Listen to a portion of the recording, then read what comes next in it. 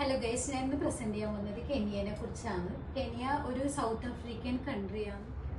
കെനിയന്റെ capital വന്നിട്ട് നൈറോബിയാണ്. Currency Kenyan shilling ആണ്. Population approx 5.5 crore ആണ്. ലാംഗ്വേജസ് വരുന്നത് ഇംഗ്ലീഷും സ്വാലിഹിയാണ്. ഇന്ത്യയിൽ വെച്ച് നോക്കുമ്പം കെനിയന്റെ ടൈം ഡിഫറൻസ് വരുന്നത് 2 hours 30 minutes ബിഹൈൻഡ് ഇന്ത്യ ആണ് കെനിയ വരുന്നത്. കെനിയയിലെ ബെസ്റ്റ് സീസൺ ടു വിസിറ്റ് വരുന്നത് ജൂൺ ടു ഒക്ടോബർ ആണ്. നാഷണൽ കരിയർ വന്നിട്ട് കെനിയൻ എയർവേസ് ആണ്. കെനിയന്റെ ബെസ്റ്റ് സീസൺ വരുന്നത് ജൂൺ ടു ഒക്ടോബർ ആണ്. അതായത് ഡ്രൈ സീസൺ ആയിട്ടാണ് അറിയപ്പെടുന്നത്. വേറെ നമുക്ക് കെനിയ വിസിറ്റ് ചെയ്യാൻ പറ്റിയ വേറെ 2 months കൂടി ഉണ്ട്. അതായത് ജാനുവരി ടു ഫെബ്രുവരി. ആ ഒരു ടൈമിലും സെയിം ക്ലൈമറ്റ് ആണ് നമുക്കവിടെ ഫീൽ ചെയ്യാൻ പറ്റുന്നത്. ഇതാണ് കെനിയയിലെ പീക്ക് സീസൺ എന്ന് അറിയപ്പെടുന്നത്. നെക്സ്റ്റ് ഒരു സീസൺ വരുന്ന ഓഫ് സീസൺ ആണ്. അതായത് മാർച്ച് ടു മെയ്. അത് ആ ടൈമിലാകുമ്പോൾ ഭയങ്കര റെയിനി സീസൺ ആണ്. വെറ്റസ്റ്റ് മന്ത് എന്നാണ് അറിയപ്പെടുന്നത് മാർച്ച് ടു മെയ് വരുന്നത്. പിന്നെയുള്ളത് നവംബർ ടു ഡിസംബർ. ഇതും ഒക്കേഷണൽ റെയിൻ വന്നിട്ട് ഒരു വെറ്റസ്റ്റ് മന്ത് ആയിട്ട് തന്നെയാണ് കണക്കൂട്ടുന്നത്. അപ്പം ഇതാണ് കെനിയയിലെ ബെസ്റ്റ് സീസൺ വരുന്നത് ജൂൺ ടു ഒക്ടോബർ ആണ്. അതായത് കെനിയയിലെ ഡ്രൈ സീസൺ എന്നാണ് അറിയപ്പെടുന്നത്. നെക്സ്റ്റ് ഇതേപോലെ തന്നെ ഡ്രൈ സീസണ് ഫേവറബിൾ ആയിട്ടുള്ള വേറെ 2 months ആണ് ജാനുവരി ആൻഡ് ഫെബ്രുവരി വരുന്നത്. ഈ 2 months ആണ് പീക്ക് സീസൺ ആയിട്ട് കെനിയയിൽ അറിയപ്പെടുന്നത്. പിന്നെ നെക്സ്റ്റ് വരുന്നത് ഓഫ് സീസൺ ആണ്. അത് മാർച്ച് ടു മെയ് ആണ്. ഒരു റെയിനി സീസൺ, വെറ്റസ്റ്റ് മന്ത് എന്നൊക്കെയാണ് ഈ ഒരു ടൈമിൽ അറിയപ്പെടുന്നത്. പിന്നെ ഒക്കേഷണൽ റെയിൻ വരുന്നതും പിന്നെ ഒരു ഷോർട്ടർ റെയിനി സീസൺ വരുന്നത് നവംബർ ടു ഡിസംബർ ആണ്. നെക്സ്റ്റ് വരുന്നത് കെനിയയിലെ മേജർ എയർപോർട്ട്സ് ആണ്. ഫസ്റ്റ് മെയിൻ ഇന്റർനാഷണൽ എയർപോർട്ട് വരുന്നത് ജോമോ കെനിയട്ട ഇന്റർനാഷണൽ എയർപോർട്ട് ആണ്. അത് നൈറോബി സിറ്റിന്ന് ഒരു 50 kilometers എവേ ആണുള്ളത്. നെക്സ്റ്റ് ഇന്റർനാഷണൽ എയർപോർട്ട് വരുന്നത് മോയ് ഇന്റർനാഷണൽ എയർപോർട്ട് ആണ്. അത് മൊംബാസ എന്നുള്ള സ്ഥലത്താണ് വരുന്നത്. അതാണ് കെനിയയിലെ സെക്കൻഡ് ബിസിയസ്റ്റ് എയർപോർട്ടായിട്ട് അറിയപ്പെടുന്നത്. നെക്സ്റ്റ് ഒരു ഡൊമസ്റ്റിക് റീജിയണൽ എയർപോർട്ട് വരുന്നത് വിൽസൺ എയർപോർട്ടാണ്. അത് നൈറോബി സിറ്റിന്ന് 6 kilometers എവേ ആണ് വരുന്നത്. പിന്നെ നെക്സ്റ്റ് ഇന്റർനാഷണൽ എയർപോർട്ട് വരുന്നത് കിസുമു ആണ്. അത് ഡൊമസ്റ്റിക്കും പിന്നെ ഇപ്പം ഡെവലപ്പിംഗ് ആയിട്ട് വരുന്ന ഒരു ഇന്റർനാഷണൽ എയർപോർട്ട് കൂടിയാണ് കിസുമു വരുന്നത്. അത് ലേക്ക് വിക്ടോറിയന്റെ ഷോസിലാണ് ഈ എയർപോർട്ട് ലൊക്കേറ്റഡ് ആയിട്ടുള്ളത്.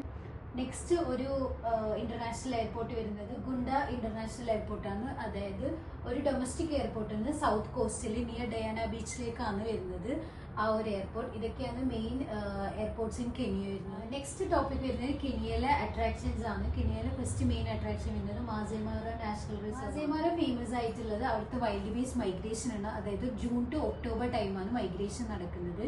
ഇത് ഗ്രേറ്റ് മൈഗ്രേഷൻ ഓഫ് കെനിയ എന്നാണ് അറിയപ്പെടുന്നത്.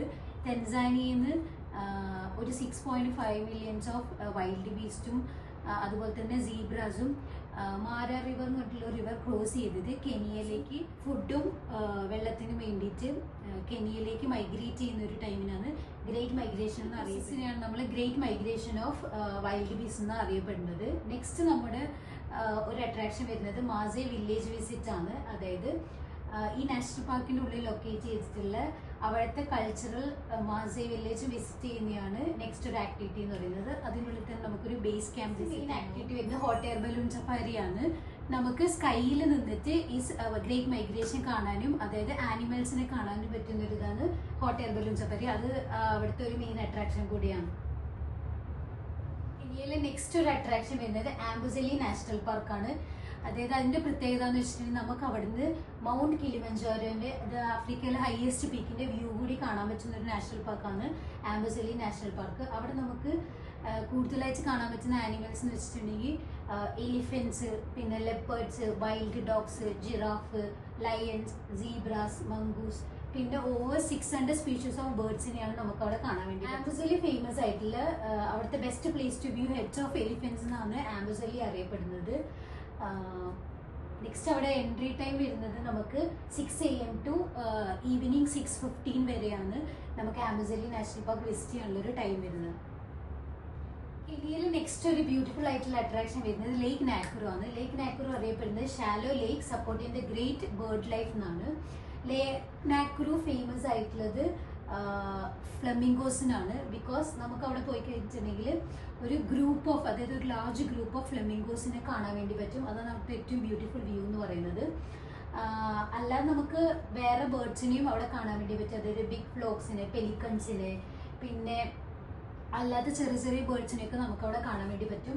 ലേക്ക് നൈക്രോ ഏറ്റവും ഫേമസ് ആയിട്ടുള്ള അവിടെ ഗ്രൂപ്പ് ഓഫ് ഫ്ലമിംഗോസിനെയാണ്. നമ്മുടെ നെക്സ്റ്റ് പ്ലേസ് വരുന്നത് ലേക്ക് നൈവാഷയാണ്. ലേക്ക് നൈവാഷ ഫേമസ് ആയിട്ടുള്ളത് അവിടുത്തെ ബോട്ട് റൈഡിനാണ്. അതായത് നമുക്ക് അവിടെ ഗ്രൂപ്പ് ഓഫ് ഹിപ്പോസിനെ കാണാനും പിന്നെ വേറെ ബേർഡ്സിനെ വാച്ച് ചെയ്യാനൊക്കെ പറ്റിയ ഒരു ബെസ്റ്റ് പ്ലേസ് ആണ് ലേക്ക് നൈവാഷ.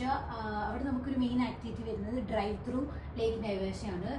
അങ്ങനെ നമ്മൾ ബോട്ട് ട്രിപ്പിൽ പോകുമ്പോൾ നമുക്ക് അവിടുത്തെ ഹിപ്പോസിന് ഒരു ഗ്രൂപ്പ് ഓഫ് ഹിപ്പോസ് അവരുടെ ആക്ടിവിറ്റീസ് ഇതൊക്കെ വാച്ച് ചെയ്യാൻ വേണ്ടിയിട്ടുള്ള അവസരം നമുക്ക് അവിടെ പോയിട്ടുണ്ടെങ്കിൽ കാണാം. നെക്സ്റ്റ് ഒരു പ്ലേസ് വരുന്നത് സാംബ്രു നാഷണൽ പാർക്കാണ്. സാംബ്രു നാഷണൽ പാർക്ക് അറിയപ്പെടുന്നത് ദ സാംബ്രു സ്പെഷ്യൽ 5 എന്നാണ്. അതായത് സൊമാലി ഓസ്ട്രിച്ച്, പിന്നെ റെറ്റിക്കുലേറ്റഡ് ജിറാഫ്, ഗ്രെനൂക്ക്, പിന്നെ ഈ വൈൽഡ് ഡോഗ്സിനെ കാണാൻ വേണ്ടി പറ്റിയ ഒരു ബെസ്റ്റ് പ്ലേസ് ആണ് സാംബ്രു നാഷണൽ പാർക്സ് വരുന്നത്. കെനിയയിൽ ഒരു 2 or 3 ബീച്ചസ് ആണുള്ളത്. അതിൽ ഏറ്റവും ഫേമസ് ആയിട്ടും ആൾക്കാർ കൂടുതലായിട്ട് വിസിറ്റ് ചെയ്യുകയും ഒരു ബീച്ചാണ് ഡയാന ബീച്ച് എന്ന് പറഞ്ഞിട്ടുള്ളത്. ലൊക്കേഷൻ വരുന്നത് മൊംബാസ ആണ്. അവിടെ നമുക്ക് ആക്ടിവിറ്റീസ് വരുന്നത് swimming, snorkelling, diving, KITE surfing, ഇതൊക്കെയാണ് അവിടുത്തെ മെയിൻ ആക്ടിവിറ്റീസ് വരുന്നത്. ഡയാന ബീച്ച് ഫേമസ് ആയിട്ടും ആൾക്കാർ കൂടുതൽ അട്രാക്ട് ചെയ്യുന്നതിന് കാരണം എന്താ വെച്ചിട്ടുണ്ടെങ്കിൽ അവിടുത്തെ വൈറ്റ് സാൻഡ്സും പിന്നെ പാം ട്രീസ്, പിന്നെ ഭയങ്കര ക്രിസ്റ്റൽ ക്ലിയർ ആയിട്ടുള്ള വാട്ടറാണ് അവിടെ ഉള്ളത്. ഇതാണ് കൂടുതലായിട്ട് നമ്മുടെ ട്രാവലേഴ്സിനെ അട്രാക്ട് ചെയ്യുന്നത്. കെനിയയിൽ നമുക്ക് പിന്നെ എക്സ്പീരിയൻസ് ചെയ്യാൻ പറ്റിയ യുണീക്ക് ആക്ടിവിറ്റീസ് വരുന്നത് ഫസ്റ്റ് വൺ സൺഡൗണർ ആണ്. ഇത് അങ്ങനെ അധികം ആരും പറഞ്ഞു കേൾക്കാത്തതായിട്ടുള്ള ഒരു ആക്ടിവിറ്റിയാണ്. അങ്ങനെ ആരും ചെയ്യാത്തതും ഭയങ്കര ഡിഫറെൻ്റ് ആയിട്ടുള്ള ഒരു ആക്ടിവിറ്റിയാണ്. അതായത് നമ്മൾ ഈ വൈൽഡ് ലൈഫ് സഫാരിയൊക്കെ കഴിഞ്ഞിട്ട് റെസ്റ്റിംഗ് ടൈം ഉണ്ടാവും. അതൊരു ലേറ്റ് ഈവനിങ് ടൈമിന് ഒരു ചെറിയൊരു ഡിന്നർ പോലെ സെറ്റ് ചെയ്തിട്ട് ചെറിയൊരു വൈനും പിന്നെ ഒരു ഡെസേർട്ട് അല്ലെങ്കിൽ അവിടുത്തെ ഒരു മെയിൻ ഡിഷസ് ഇതൊക്കെ വെച്ചിട്ട് ഒരു ഡിന്നർ പോലെ ഈ സൺസെറ്റ് ടൈമിന് കെനിയൻ്റെ ലാൻഡ്സ്കേപ്പ് എൻജോയ് ചെയ്തിട്ട് നമ്മൾ ഈ ഡ്രിങ്ക്സും സ്നാക്സും ഒക്കെ വെച്ചിട്ട് ഉള്ളൊരു ആക്ടിവിറ്റിയാണ് സൺഡൗൺ എന്ന് പറയുന്നത്. നെക്സ്റ്റ് ഒരു യുണീക്ക് ആയിട്ടുള്ളൊരു ആക്ടിവിറ്റിയാണ് ജിറാഫ് മാനർ എന്ന് പറയും. അതായത് ഒരു യുണീക്ക് ബൊട്ടിക് ഹോട്ടലാണ് അത്. അവിടെ എന്ന് വെച്ചിട്ടുണ്ടെങ്കിൽ നമുക്ക് ജിറാഫിൻ്റെ കൂടെ മീൽസ് കഴിക്കാനും അവരെ ഫീഡ് ചെയ്യാനും പറ്റിയ ഒരു ബെസ്റ്റ് എക്സ്പീരിയൻസ് ആണ് നമുക്ക് ജിറാഫ് മാനറിൽ കിട്ടുന്നത്. ഇതൊക്കെയാണ് കെനിയനെ കുറിച്ച് പറയാനുള്ളത്. നെക്സ്റ്റ് നമുക്ക് കെനിയയിലേക്ക് പോകുമ്പം ഏറ്റവും അത്യാവശ്യമായിട്ട് പാക്ക് ചെയ്തിട്ട് കൊണ്ടുപോകുക, അതായത് പാക്കിംഗ് എസെൻഷ്യൽസ് ആണ് പറയാൻ വേണ്ടിയിട്ടുള്ള ഒന്ന് ലൈറ്റ്സ്. അതായത് നമ്മൾ ഈ സഫാരിയൊക്കെ പോകുമ്പോൾ നമുക്ക് യൂസ്ഫുൾ ആയിരിക്കും. പിന്നെ അത് വേണ്ടത് ട്രാവൽ അഡാപ്റ്റർ ആണ്. അവിടുത്തെ ഹോട്ടൽസ്, കെനിയയിലെ ഹോട്ടൽസ് ഒക്കെ യൂസ് ചെയ്യുന്നത് ടൈപ്പ് ജി എന്ന് പറഞ്ഞിട്ടുള്ള ഒരു ട്രയാങ്കിൾ പാറ്റേണിലുള്ള ഒരു ചാർജർ ആയിരിക്കും. അപ്പം ആ അഡാപ്റ്റർ നമ്മൾ ട്രാവൽ അഡാപ്റ്റർ കൊണ്ടുപോകണം. നെക്സ്റ്റ് വരുന്നത് റെയിൻ കോട്ടാണ്.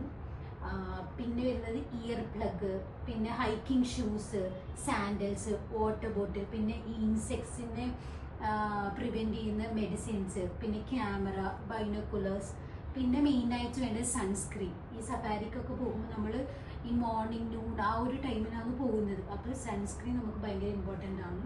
നെക്സ്റ്റ് വരുന്നത് ഈ ബ്രീത്തബിൾ ആയിട്ടുള്ള ക്ലോത്ത്സ് വെയർ ചെയ്യാൻ വേണ്ടിയിട്ടാണ് നമ്മൾ പ്രത്യേകം ശ്രദ്ധിക്കേണ്ടത്. അതായത് ഒരു ബീച്ച് കളർ, ഗ്രീൻ കളർ, കാക്കി, പിന്നെ ന്യൂട്രൽ കളേഴ്സൊക്കെ വെയർ ചെയ്യുന്നത് കുറച്ചും കൂടി നല്ലത്. പിന്നെ നമുക്ക് വേണ്ടത് നമ്മുടെ യൂസിന് വേണ്ടിയിട്ടുള്ള ഒരു പേഴ്സണൽ മെഡിക്കൽ കിറ്റ്, അതായത് അത്യാവശ്യമായിട്ടുള്ള ഫസ്റ്റ് എയ്ഡ് ഒക്കെ വെച്ചിട്ടുള്ളൊരു മെഡിക്കൽ കിറ്റ്. പിന്നെ നമുക്ക് വേണ്ടത് ഒരു കംഫർട്ടബിൾ ഹൈക്കിംഗ് ഷൂസാണ്. അത് നമുക്ക് കുറച്ച് നടന്ന് കാണാനും പിന്നെ അവിടുത്തെ സഫാരീസ് എക്സ്പീരിയൻസ് ചെയ്യാനൊക്കെ പോകണമെങ്കിൽ നമുക്ക് കുറച്ചും കൂടി വാക്ക് ചെയ്ത് കാണാനാണെങ്കിൽ ഏറ്റവും കംഫർട്ടബിൾ ആയിട്ടുള്ള വാക്കിംഗ് ഷൂസ് എടുക്കുക. പിന്നെ ഒരു ഹാറ്റ്, പിന്നെ ഹെഡ് ലാമ്പ് ഈ ആനിമൽസിന് ഈ നൈറ്റ് ടൈമിലൊക്കെ നമ്മൾ പുറത്തിറങ്ങുന്ന ടൈമിന് അത് നമുക്ക് യൂസ്ഫുൾ ആയിരിക്കും. പിന്നെ നമുക്ക് വേണ്ടത് ഒരു സൺഗ്ലാസസ് ആണ്.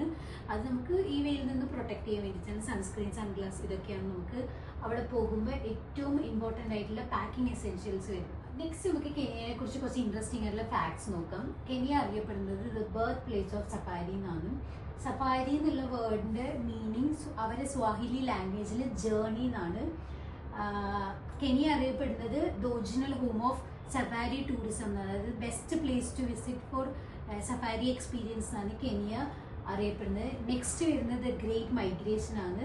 അതായത് ഒരു 2 million ഓഫ് വൈൽഡ് ബീസ്റ്റും സീബ്രാസും ഒക്കെ ടാൻസാനിയയിൽ നിന്ന് കെനിയയിലേക്ക് മൈഗ്രേറ്റ് ചെയ്യുന്നത്. ഇതാണ് ഗ്രേറ്റ് മൈഗ്രേഷൻ. നേരത്തെ പറഞ്ഞതുപോലെ ഇതാണ് അവിടുത്തെ 7 new wonders of the natural world ആയിട്ടാണ് ഗ്രേറ്റ് മൈഗ്രേഷൻ അറിയപ്പെടുന്നത്. നെക്സ്റ്റ് ഒരു ഫാക്ട് വരുന്നത് കെനിയയിലാണ് ഏറ്റവും ഓൾഡസ്റ്റ് ആയിട്ടുള്ള ഹ്യൂമൻ ഫോസിലിറ്റി ഡിസ്കവേർഡ് ആയിട്ടുള്ളതെന്നാണ് അറിയപ്പെടുന്നത്. അതായത് കെനിയയുടെ ഗ്രേറ്റ് റിഫ്റ്റ് വാലീസിലാണ് ഈ ഹ്യൂമൻ ഫോസിലിറ്റി ഡിസ്കവർ ചെയ്തിട്ടുള്ളത്. കെനിയ അറിയപ്പെടുന്നത് one of the birth place of early humans എന്നാണ്.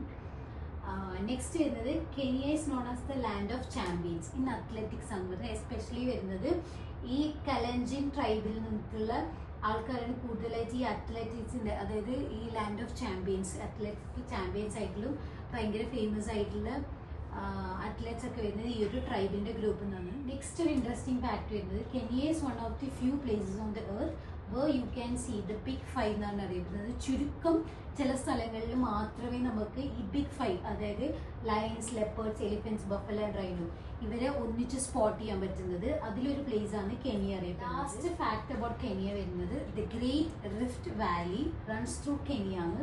പിന്നെ ഉള്ളത് ലേക്ക് നാക്രു, അതാണ് ഹോം ടു ഫ്ലെമിംഗോസ് എന്നാണ് ലേക്ക് നാക്രു അറിയപ്പെടുന്നത്. ഇതൊക്കെയാണ് കെനിയനെ കുറിച്ചുള്ള ഇൻട്രസ്റ്റിംഗ് ആയിട്ടുള്ള ഫാക്ട്സ്. കെനിയയിലാണ് നമുക്ക് വേൾഡിൽ വെച്ചിട്ടുള്ള ഏറ്റവും ബെസ്റ്റ് സഫാരി എക്സ്പീരിയൻസ് ചെയ്യാൻ പറ്റുന്നതും ആനിമൽസിനെ സ്പോട്ട് ചെയ്യാൻ പറ്റുന്നതും പിന്നെ ഗ്രേറ്റ് മൈഗ്രേഷൻ എക്സ്പീരിയൻസ് ചെയ്യാൻ പറ്റുന്നതൊക്കെ കെനിയയിലാണ്. ഇതൊക്കെയാണ് കെനിയയിൽ നമുക്ക് കാണാൻ വേണ്ടിയിട്ടും എക്സ്പീരിയൻസ് ചെയ്യാനും പറ്റിയിട്ട്. ഇതുപോലുള്ള കൺട്രീസിനെ കുറിച്ച് കൂടുതലായിട്ട് അറിയാനും പഠിക്കാനും ബെസ്റ്റ് ബേർഡ് ഹോളിഡേയ്സിനെ ഫോളോ ചെയ്യുക, സബ്സ്ക്രൈബ് ചെയ്യുക. Thank you.